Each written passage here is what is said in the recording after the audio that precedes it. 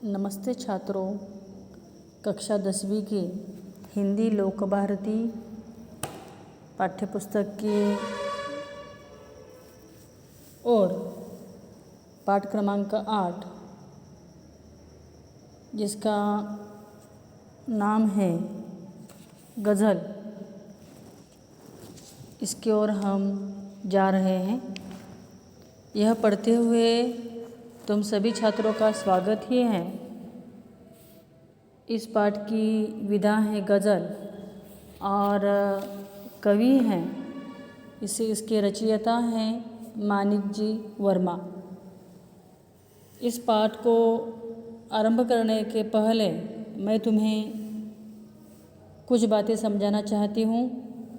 देखो छात्रों, इसके पहले हमने पाठ क्रमांक 7 तक देखा है, परंतु जो पाठ पाठ्यक्रम समिति ने तथा स्टेट गवर्नमेंट ने कोरोना के इस संकट को देखकर कुछ पाठ निकाले गए हैं, उसमें से ही इस पाठ के पहले का जो पाठ है खुला आकाश पूरक पठन के अंतर्गत आ रहा था, वह अब हमारे लिए नहीं रखा गया है। इसीलिए अब हम सीधा गज़ल की ओर जा रहे हैं। देखो छात्रों, पहले मैं इस गज़ल की पंक्तियों का वाचन करती हूँ, प्रकट वाचन, जिसे तुम्हें ध्यानपूर्वक सुनना है। आपसे किसने कहा स्वर्णिम शिखर बनकर दिखो, शौक दिखने का है तो फिर नींव के अंदर दिखो। चल पड़ी तो गर्द बनकर आसमानों पर लिखो, और अगर बैठो कहीं तो मील का पत्थर दिखो। सिर्फ देखने के लिए दिखना कोई दिखना नहीं, आदमी हो तुम अगर तो आदमी बनकर दिखो। जिंदगी की शक्ल जिसमें टूटकर बिखरे नहीं, पत्थरों के शहर में वो आईना बनकर दिखो। आपको महसूस होगी तब हर एक दिल की जलन, जब किसी धागे सा जलकर मोम के भीतर दिखो। एक जुगनू ने कहा मैं भी तुम्हारे साथ हूँ, वक्त की इस धुंध में तुम रोशनी बनकर दिखो। एक मर्यादा बनी है हम सभी के वास्ते, गर तुम्हें बनना है मोती सीप के अंदर दिखो। डर जाए फूल बनने से कोई नाजुक कली, तुम न खिलते फूल पर तितली के टूटे पर दिखो। कोई ऐसी शक्ल तो मुझको दिखे इस भीड़ में, मैं जिसे देखूं उसी में तुम मुझे अक्सर दिखो। इस गज़ल का संपूर्ण वाचन मैंने किया है। अब हम दो पंक्तियों के द्वारा इसका विस्तारित वर्णन क्या है और क्या संदेश देना चाहते हैं हमें मानिक वर्मा जी, यह अब हम देखेंगे। आपसे किसने कहा स्वर्णिम शिखर बनकर दिखो, शौक दिखने का है तो नींव के अंदर दिखो। अभी नींव यानी क्या? किसी बड़ी मंजिल को अगर बनाना है तो उसके लिए पहले नींव का निर्माण करना पड़ता है। नींव का निर्माण यानी जिसे हम मराठी में पाया कहते हैं, वह रचाना पड़ता है। उसके ऊपर फिर वह दिखने वाली मंजिल जो है वो हमें दिखती है। इस कविता में कवि क्या समझाना चाहते हैं? आपसे किसने कहा स्वर्णिम शिखर बनकर दिखो। शिखर स्वर्णिम होता है, जैसे हम देखते हैं किसी मंदिर के ऊपर जो शिखर बना जाता है। कई मंदिरों के हमने नाम सुने हैं कि जिनके शिखर स्वर्ण से बने हुए होते हैं। तथा स्वर्णिम का अर्थ हम यह भी ले सकते हैं कि चमचमाता शिखर, सबसे ऊंचा शिखर जिसकी ओर सबकी नज़रें जाती हैं, ऐसे शिखर के विषय में कवि कहते हैं कि तुमसे किसने कहा है कि तुम्हें शिखर ही बनना है। अगर शौक दिखने का है तो नींव के अंदर दिखो, नींव के भीतर दिखने की एक आदत रखो। यानी कवि कहते हैं कि जो सबसे ऊंचा है, चमकीला है, सबको दिखता है, वह तो सब देखकर प्रशंसा करने ही वाले हैं, परंतु जो मंजिल, जो शिखर चमकता है, दमकता है, उसके भीतर उसके लिए भी एक नींव रचाई गई है। उस नींव के भीतर जो पत्थर हैं, ईंट हैं, वे काले गर्द और चुपचाप के जगह पर अंधेरे में छिपे हुए हैं, परंतु उनके ही ऊपर यह संपूर्ण मंजिल जो है यह मंजिल निर्भर है। तो ऐसी नींव हमें बनने के लिए कवि कहते हैं का ही बिल्कुल छोटा सा अर्थ ऐसा है मार्मिक, प्रशंसा और वाह वाह का हम हमेशा मार्ग रखते हैं, परंतु उस मार्ग को त्याग कर हमें ऐसे मार्ग की ओर जाना है जो मार्ग कठिन भी है और जो सबसे महान है, जिस मार्ग पर कई लोग आश्रित हैं तथा अवलंबित हैं। यानी वास्तव जो है, इस वास्तव को हमें अपनाने के लिए कवि ने कहा है। आगे यानी कवि कहते हैं इन दो पंक्तियों के द्वारा कि प्रशंसा और वाह वाह का लोभ हमें त्यागना है, यानी शौक दिखने का है तो फिर नींव के अंदर दिखो। अब आगे, चल पड़ी तो गर्द बनकर आसमानों पर लिखो, और अगर बैठो कहीं तो मील का पत्थर दिखो।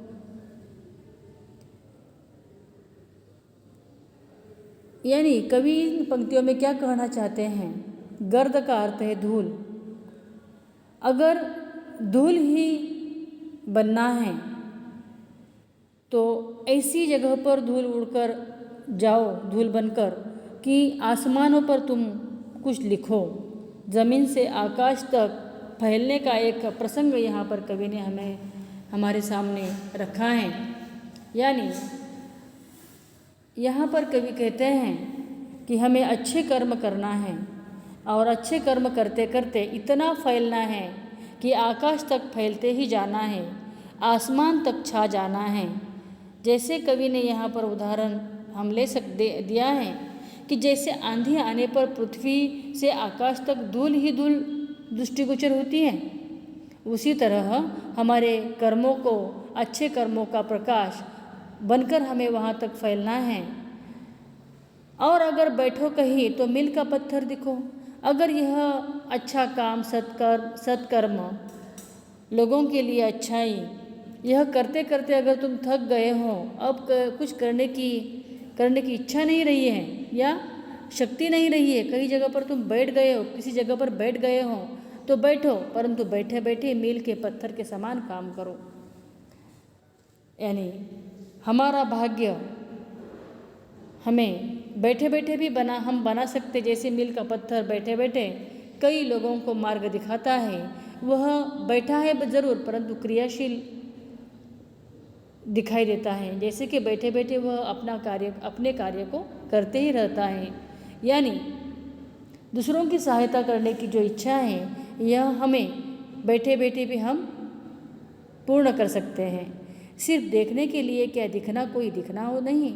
आदमी हो तुम अगर तो आदमी बनकर दिखो। सिर्फ देखने के लिए दिखना, कोई दिखना नहीं। यानी कई लोगों का अपने अपनी ओर बहुत ख्याल होता है, ध्यान होता है। अपने आप को सुंदर दिखाने के लिए लोग हर रोज़ क्या क्या नहीं करते हैं। कई बार दर्पण, आईने के सामने देखकर अपने आप को देखते हैं, परंतु यहाँ पर कवि ने इसी उक्ति को लेकर यहाँ पर पंक्ति दिए हैं, दिखने के लिए कोई दिखना नहीं। केवल दिखते हो, लेकिन तुम्हारा कर्म क्या है, कार्य क्या है, तुम क्या काम करते हो, तुम्हारी इच्छा शक्ति कैसी है, तुम्हारा मन क्या है। इसीलिए सिर्फ दिखने के लिए दिखना, कोई दिखना नहीं। इसीलिए कवि ने आगे कहा है, आदमी हो तुम अगर तो आदमी बनकर दिखो। अगर तुम्हें मनुष्य जन्म प्राप्त हुआ है, आदमी का अर्थ मनुष्य, अगर मनुष्य जन्म प्राप्त हुआ है तो हम समाज के प्रति कुछ देनदार हैं। हमारा मूल्य जो है यह समाज के प्रति होना चाहिए। हम मनुष्य हैं, मनुष्य के समान जीना चाहिए और आदमी के काम आना चाहिए। मनुष्य ने मनुष्य के लिए काम किया तो ही वह मनुष्य कहलाएगा, अन्यथा जानवर या प्राणी भी घूम फिर कर अपना पेट पालता है। जिंदगी की शक्ल जिसमें टूटकर बिखरे नहीं, पत्थरों के शहर में वो आईना बनकर दिखो। क्या कहा यहाँ पर कवि ने?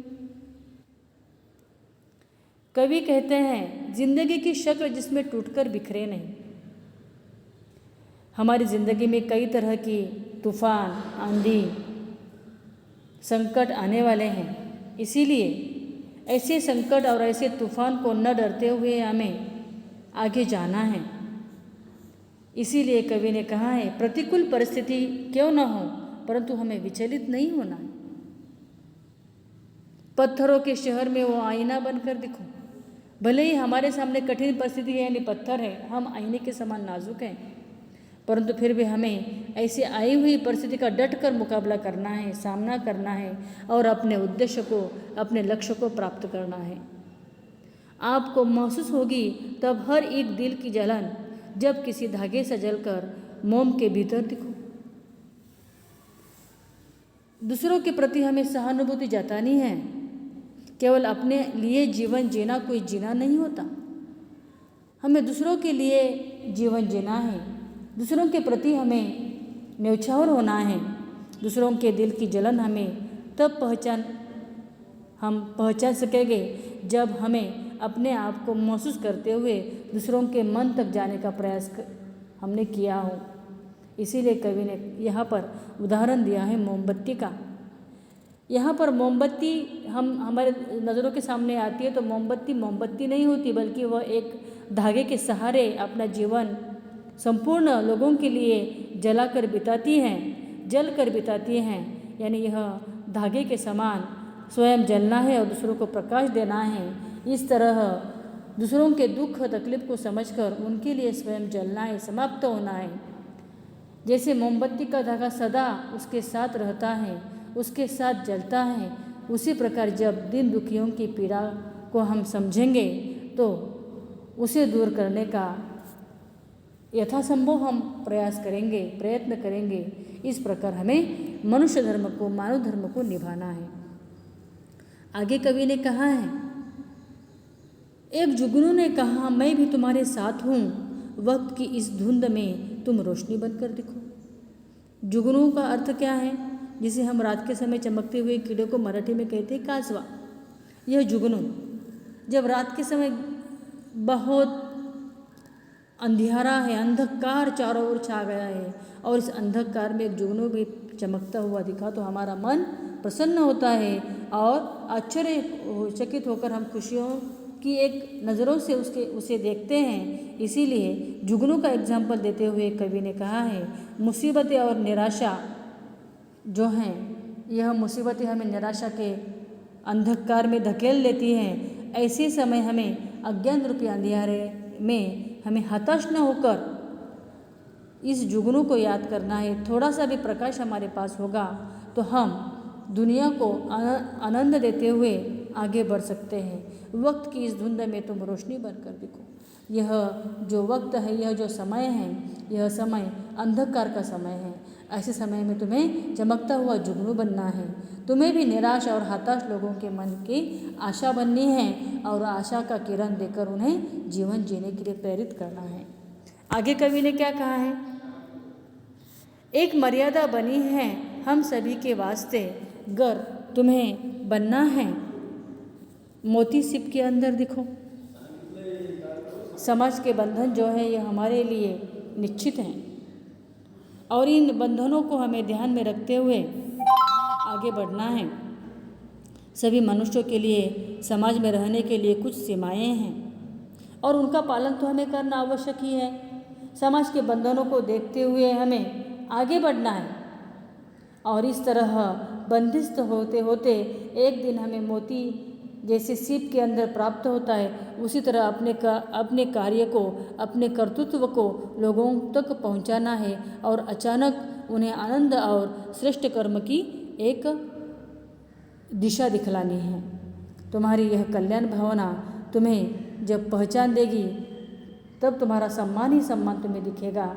जैसे हम मोती का सम्मान देखते हैं, करते हैं, वह मोती सभी को प्रिय है, लेकिन उस मोती को मोती बनने के लिए कई तरह के बंधन अपने आप पर लेने पड़े हैं। समुद्र के बिल्कुल भीतर जाकर किसी कोने में बैठना पड़ा है और तब कहीं यह मोती का रूप धारण कर सका है। उसी तरह हमें समाज यह जो है समुद्र की तरह है और उस समुद्र में हमें अपने आप को प्रकट करते हुए, अपने आप को समझाते हुए, लोगों के सामने पेश करते हुए लोगों के लिए मोती बनने हैं। डर जाए फूल बनने से कोई नाजुक कली, तुम न खिलते फूल पर तितली के टूटे पर दिखो। क्या कहा है यहाँ पर? कई बार यह कवि ने कंसेप्ट रखी है कि कई बार कली फूल बनने से डरती हैं, क्योंकि उसे पता है कि मैं फूल बनने पर कोई तितली आएगी और मेरे भीतर का संपूर्ण रस जो है यह चूस कर चली जाएगी। यानी परेशानियों का बनना यह किसी भी विकसित रूप के लिए ज़रूरी होता है तथा अवश्यभावी है या निश्चित है। उसी तरह संपूर्ण मनुष्य अगर जब हम बनेंगे, गुणशाली बनेंगे, गुणवान होंगे, लोगों के लिए कुछ करना चाहेंगे, हमारा संपूर्ण रूप बिखर जाएगा, तब त्रस्त करने वाले कई लोग हमारे इर्द गिर्द तो आएंगे ही, परंतु इसीलिए हमें डरकर, परेशानियों से डरकर दूर नहीं भागना है। हमें तो फूल बनना है, यानी हमारा संपूर्ण विकास तो समाज के लिए करना ही है।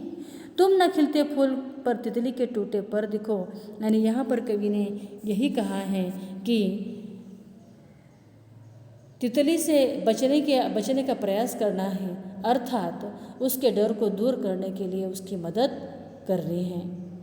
कोई ऐसी शक्ल तो मुझको दिखे इस भीड़ में, मैं जिसे देखूं उसी में तुम मुझे अक्सर दिखो। यानी यहाँ पर जो भीड़ है, यह समाज की भीड़ अनगिनत भीड़ है, अनगिनत भिन्न भिन्न चेहरे हमें दिखाई देने वाले हैं। यह जो मनुष्य का सागर है, यह जो समाज का सागर है, इस भीड़ में हमें कई लोगों से मिलते हुए आगे बढ़ना है। इसीलिए अंत में कवि ईश्वर से प्रार्थना करते हैं कि हे ईश्वर, मैं चाहता हूँ, हे भगवान, मेरी ऐसी इच्छा है कि मैं जिसे भी दिखूँ उसी में तुम मुझे नज़र आओ।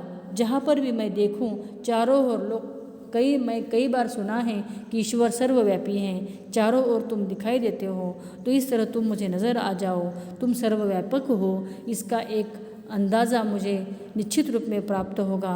और इस सर्वव्यापकता की भावना को लेकर मैं समाज को और दुनिया को भी सुख के मार्ग की ओर ले जाऊंगा।